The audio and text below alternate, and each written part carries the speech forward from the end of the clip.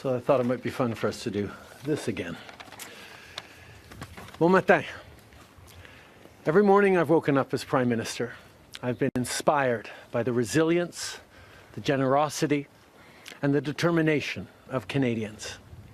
It is the driving force of every single day I have the privilege of serving in this office. That is why, since 2015, I've fought for this country, for you, to strengthen and grow the middle class. Why we rallied to support each other through the pandemic, to advance reconciliation, to defend free trade on this continent, to stand strong with Ukraine and our democracy, and to fight climate change and get our economy ready for the future. We are at a critical moment in the world. Mes chers Canadiens, à chaque matin, je me suis réveillé en tant que Premier ministre, inspiré par la résilience, la générosité et la détermination qui nous caractérisent si bien en tant que Canadiens. C'est ce qui me motive à chaque jour où j'ai le privilège de servir dans ce poste. C'est pourquoi, depuis 2015, je me suis battu pour ce pays, pour vous, pour renforcer la classe moyenne. Pourquoi nous nous sommes mobilisés en tant que Canadiens pour se soutenir les uns les autres pendant la pandémie, pour faire progresser la réconciliation, pour défendre le libre-échange sur notre continent, pour notre soutien inébranlable de l'Ukraine et de la démocratie, et pour lutter contre les changements climatiques et préparer l'économie de l'avenir. Nous traversons vraiment un moment critique dans le monde.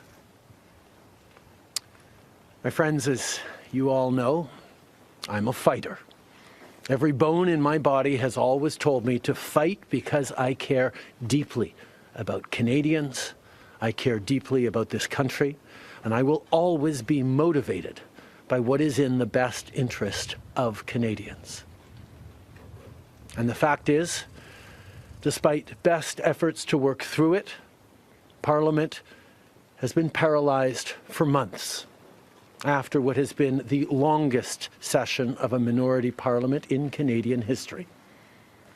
That's why this morning I advised the Governor-General that we need a new session of Parliament. She has granted this request, and the House will now be prorogued until March 24th. Over the holidays, I've also had a chance to reflect and have had long talks with my family about our future.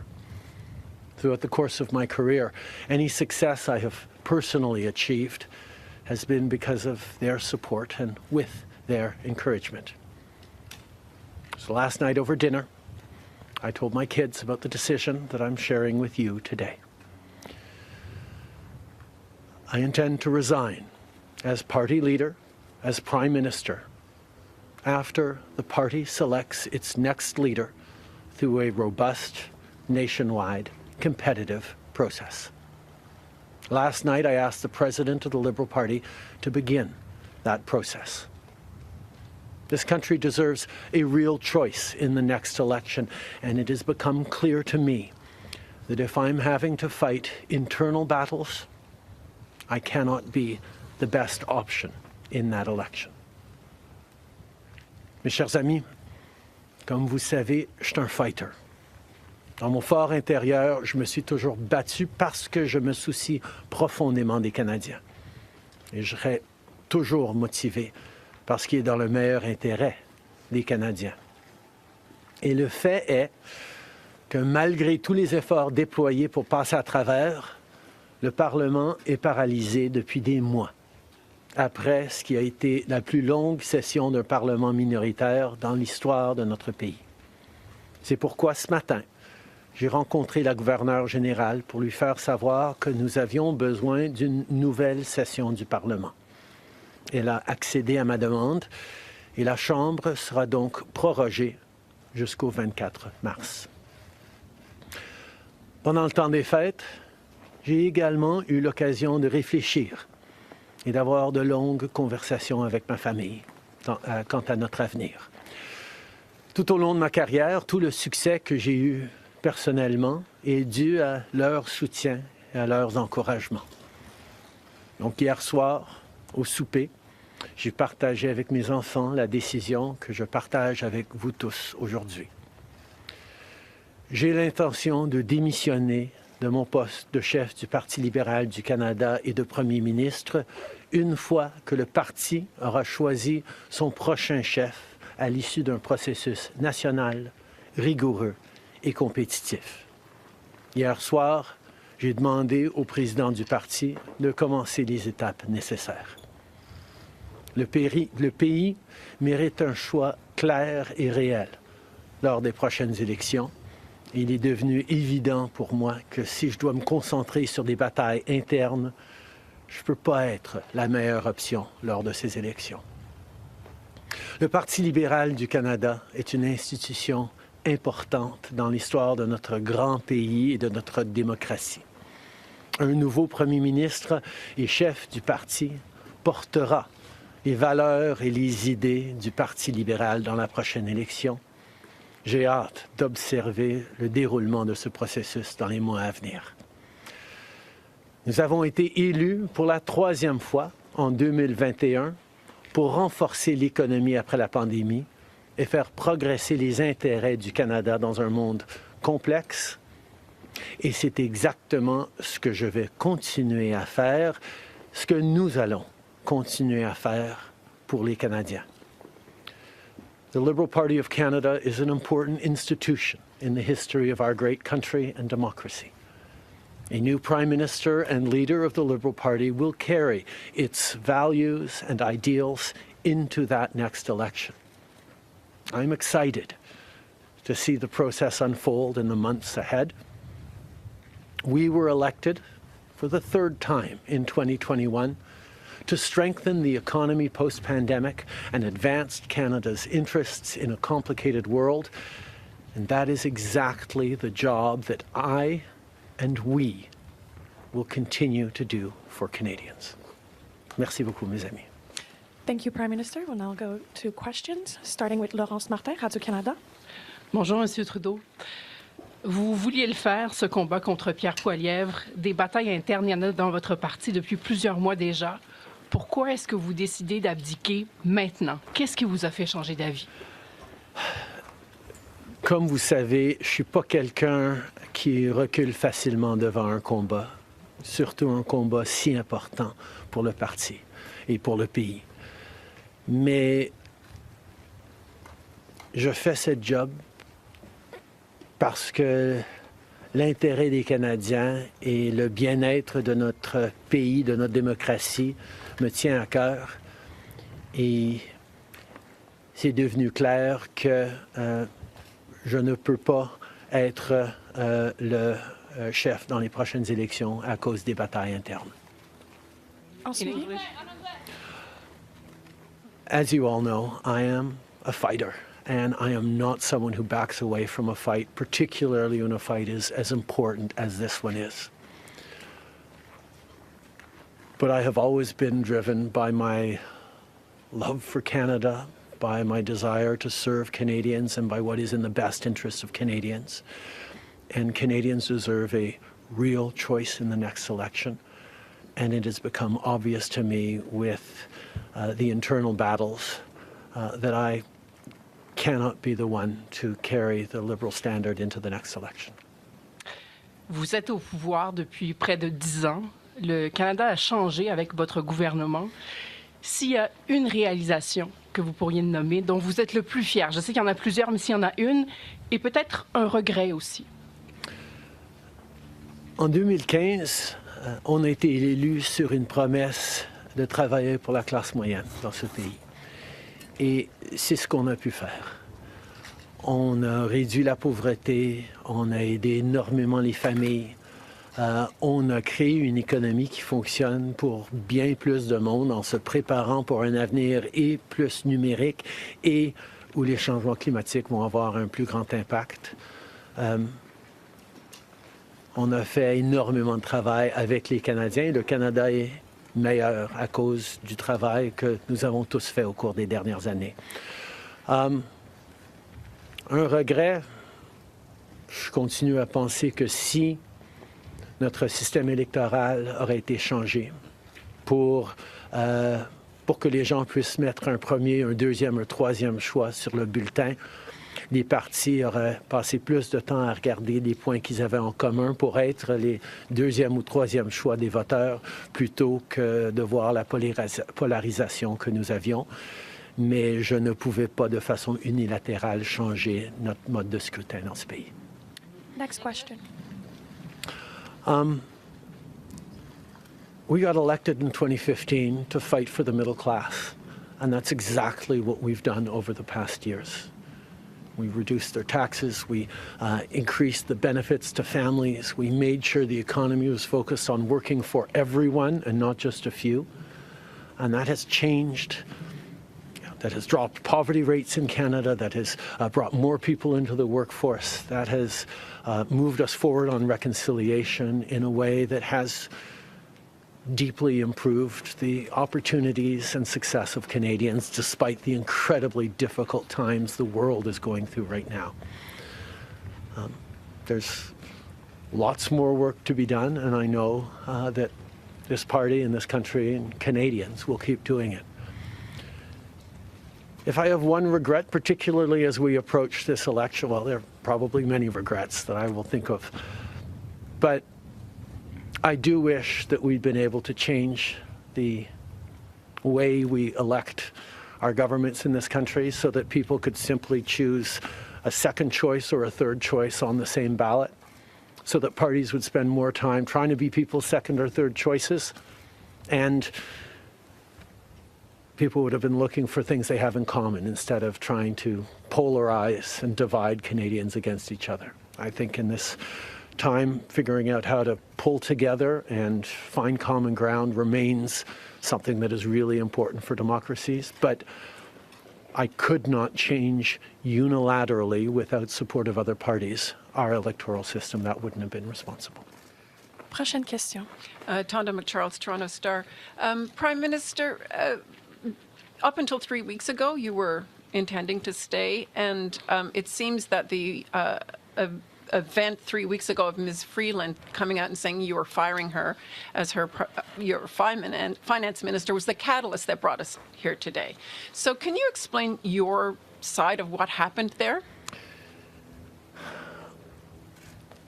Chrystia has been by my side for close to 10 years now. She has been an incredible political partner through just about everything we have done as a government and as a party over the past decade. I had really hoped that she would agree to continue as my Deputy Prime Minister and take on one of the most important files that not just this government but this country is facing, but she chose otherwise. In regards to what actually happened, I am not someone who's in the habit of sharing private conversations. Chrystia a été depuis presque 10 ans maintenant à mes côtés en tant que partenaire politique essentiel à presque tout ce qu'on a réussi en tant que gouvernement, en tant que parti. J'aurais vraiment souhaité qu'elle choisisse de continuer en tant que ma vice-première ministre et qu'elle prenne un des dossiers les plus importants auxquels les Canadiens et notre gouvernement vont faire face dans les mois à venir, d'ici les prochaines élections. Mais elle n'a pas voulu. Mais par rapport aux détails, je ne suis pas quelqu'un qui partage les détails de conversations privées. You spoke about the Liberal Party as an institution and the internal battles right now, but I'm wondering if you feel that another leader will have more success than you will at beating Pierre Poilievre in the next campaign. Pierre Poilievre's vision for this country is not the right one for Canadians. Stopping the fight against climate change doesn't make sense. backing off on the values and strength in diversity that Canada has always worked to pull itself together on is not the right path for the country. Attacking journalists, the CBC institutions, that's not what Canadians need in this moment. We need an ambitious, optimistic view of the future, and Pierre Poilievre is not offering that.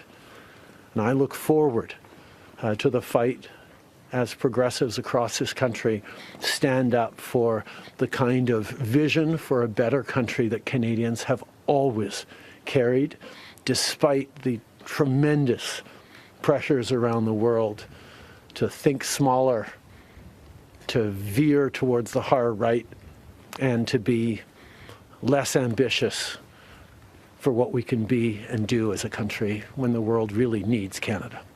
That's not an answer, though. Yes or no? Is there another leader that could beat him? Absolutely. En français, juste sur le leader. Oui. Non, mais est-ce que vous... Pierre Poilievre. élaborer en français, s'il vous plaît? Merci. Pierre Poilievre a une vision profondément petite et erronée pour ce pays, si même on accepte qu'il ait une vision, de reculer sur les droits fondamentaux, d'arrêter la défense, la lutte contre les changements climatiques, de ne pas investir dans une économie plus verte, plus inclusive, de toujours chercher des divisions entre les Canadiens plutôt que de rassembler pour faire face à l'avenir de façon optimiste et ambitieuse. C'est pas le bon choix pour les Canadiens. Et j'ai hâte de continuer de faire partie d'un mouvement progressiste qui va envisager un avenir meilleur pour les Canadiens sur l'optimisme et le travail que les Canadiens ont toujours fait pour bâtir un monde meilleur. Next question. Hélène Buzetti, les corps d'information. Bonjour, M. Trudeau. Il y a 16 ans, en décembre 2008, Stephen Harper a prorogé le Parlement pour s'éviter un vote de confiance qu'il savait qu'il allait perdre parce que les 3 partis d'opposition allaient voter contre lui. Exactement comme la situation dans laquelle vous vous trouvez aujourd'hui. À l'époque, le chef libéral, Stéphane Dion, avait dit, puis je le cite ici, que c'était une entrave à la Constitution et un affront à la démocratie. Alors, j'aimerais savoir pourquoi ce qui était mauvais pour les conservateurs de Stephen Harper devrait être bon pour les libéraux de Justin Trudeau. La gouverneure générale, en 2008, avait correctement conclu que la Chambre venait juste d'accorder leur confiance de façon formelle au gouvernement de M. Harper, malgré même une lettre signée qui était un document politique. La voix de la Chambre compte. Or, avant d'arrêter le travail à la Chambre pour les fêtes, on a gagné 3 votes de non-confiance, 3 votes de confiance,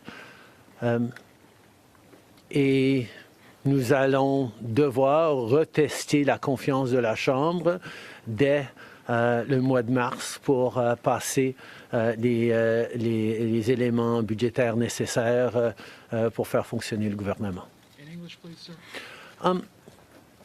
In 2008, the Governor General correctly concluded that because the very last times in the previous weeks that the confidence of the House had been tested, it had passed that confidence test, Stephen Harper continued to have the confidence of the House. And it actually would bear out because as soon as they came back from the prorogation, Stephen Harper won a confidence vote once again. So a political document or political speeches doesn't carry the kind of weight that winning a confidence vote means. But this prorogation will take us only into March, and there will be confidence votes in March in the passing of supply that will allow Parliament to weigh in on confidence in a way that is entirely in keeping with all the principles of democracy and the workings of our strong institutions. Mais avec respect, M. Trudeau, y a-t-il pas quelque chose un peu antidémocratique de suspendre la possibilité du Parlement d'exprimer sa non-confiance le temps que votre parti se cherche un sauveur? Est-ce qu'il ne devrait pas plutôt juste se référer aux électeurs et de déclencher dès maintenant une élection? Hélène, je pense que tu as très clairement vu, comme tout le monde dans la galerie de presse parlementaire, à quel point le Parlement ne fonctionne plus depuis plusieurs mois. On est pogné dans une question de privilège, il y a des motions d'obstruction constantes et on a pu très peu accomplir pendant les derniers mois au Parlement.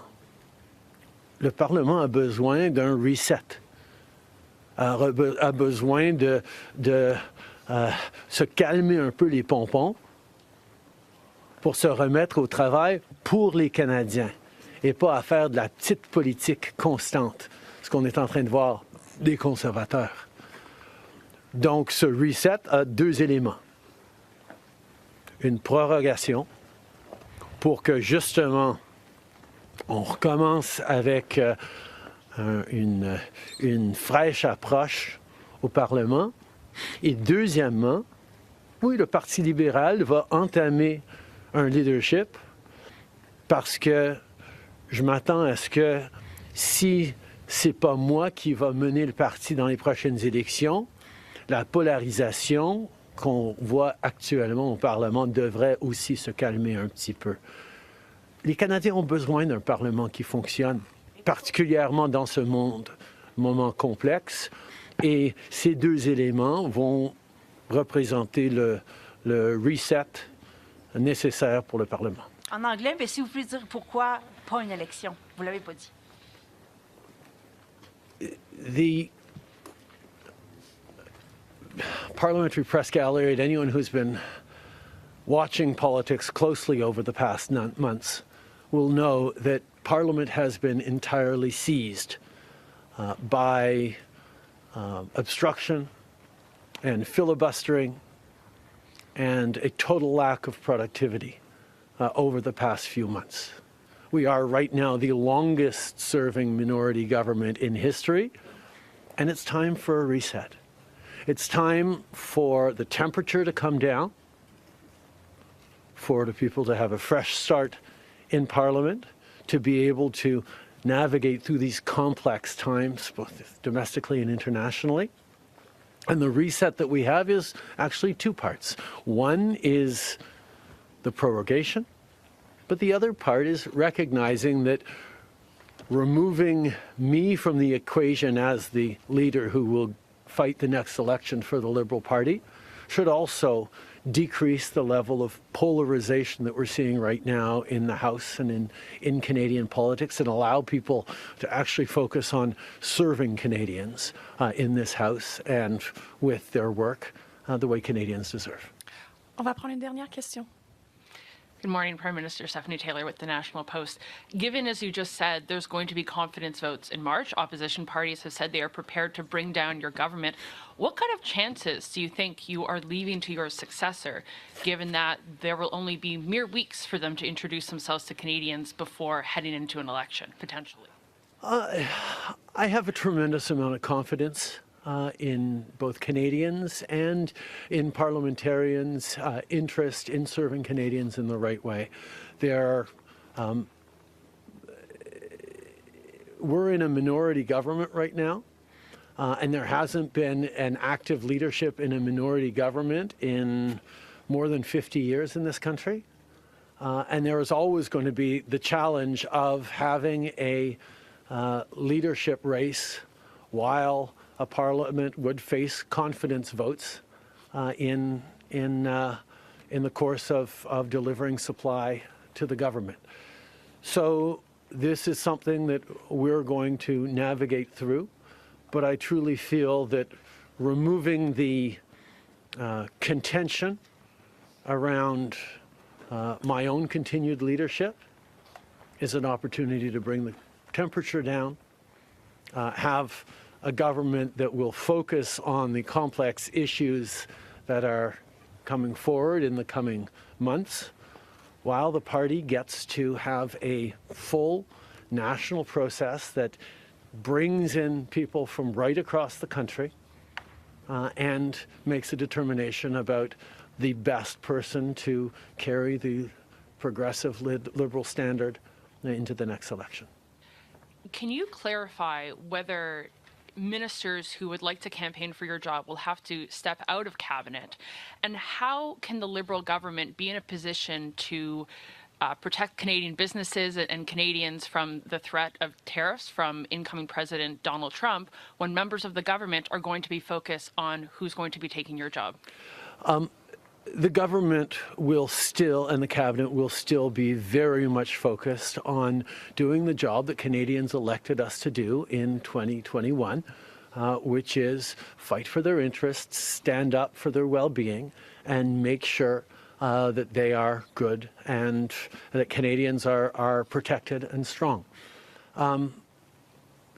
There will be a leadership process and the rules will unfold over the coming weeks.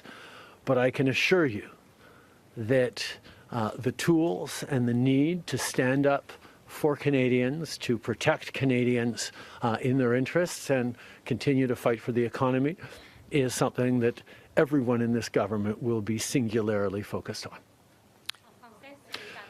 Je peux souligner que, évidemment, les règles et les conditions du leadership du Parti libéral vont être discutées dans les semaines à venir. Mais le gouvernement qui a été élu pour protéger les Canadiens et leurs intérêts dans un monde très complexe, qui a été élu le plus récemment en 2021, va continuer ce travail avec un focus et une emphase singulière sur ce qui est dans les intérêts des Canadiens, pendant que le parti fait ce dont il a besoin pour avoir un processus de leadership. Merci beaucoup. C'est ce qui conclut la conférence de presse d'aujourd'hui. Merci tout le monde. Merci d'être ici dans une belle journée d'Ottawa. Bonne journée.